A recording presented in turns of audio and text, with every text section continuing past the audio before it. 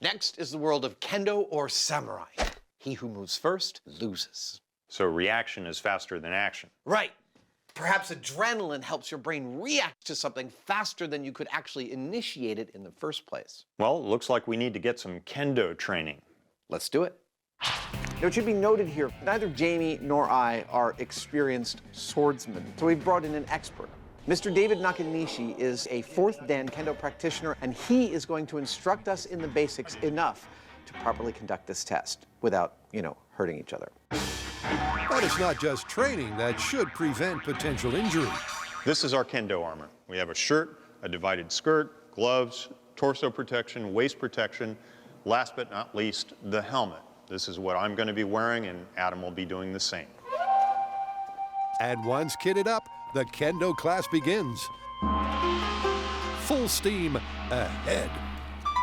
You want to swing all the way over your head and come down, all right?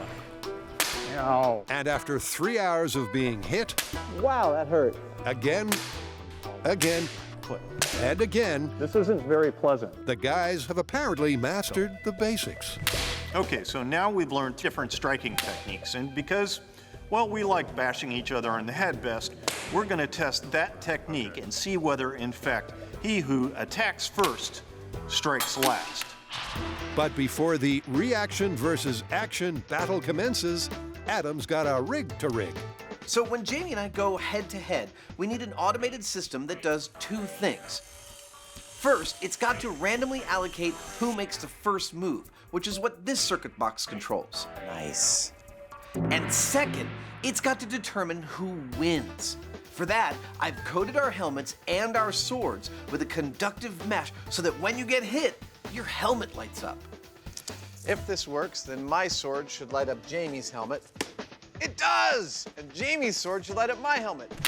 It does! We are totally ready.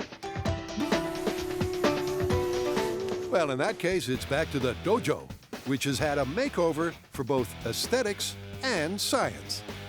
Our setup here is pretty straightforward. Who attacks first will be determined by a little signal light. There's one over Jamie's shoulder that only I can see, and the same over my shoulder for him.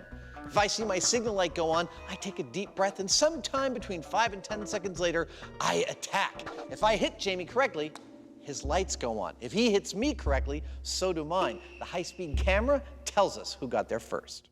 We should make due note here that this isn't about wailing away at each other until somebody gives.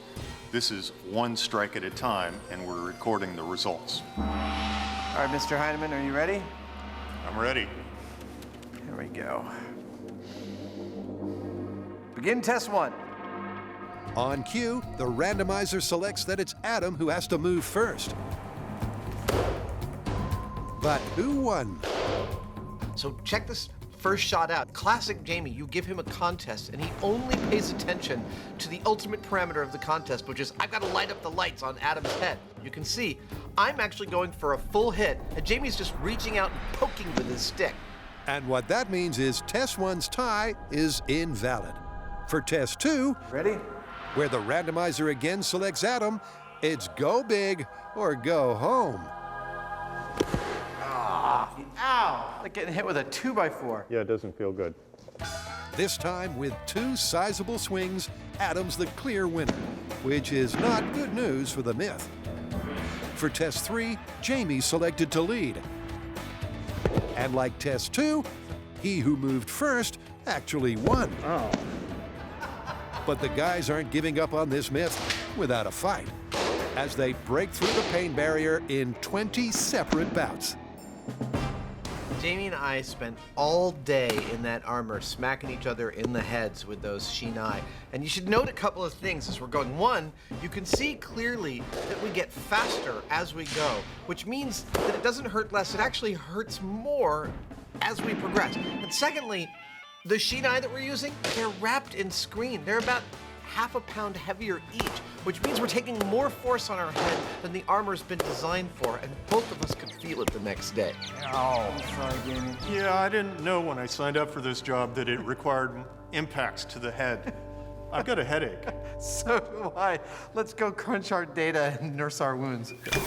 Back at the shop, with medication taken, First mover, first hit. Yeah. That was you. the guys review all 20 high speeds. That was a tie. And a pattern emerges fast.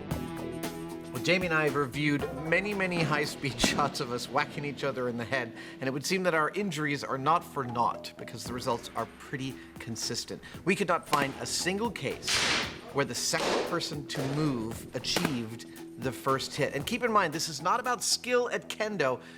We broke this down to simple reaction time, and the first mover always won in our testing. That's pretty definitive. So definitive that this myth is busted.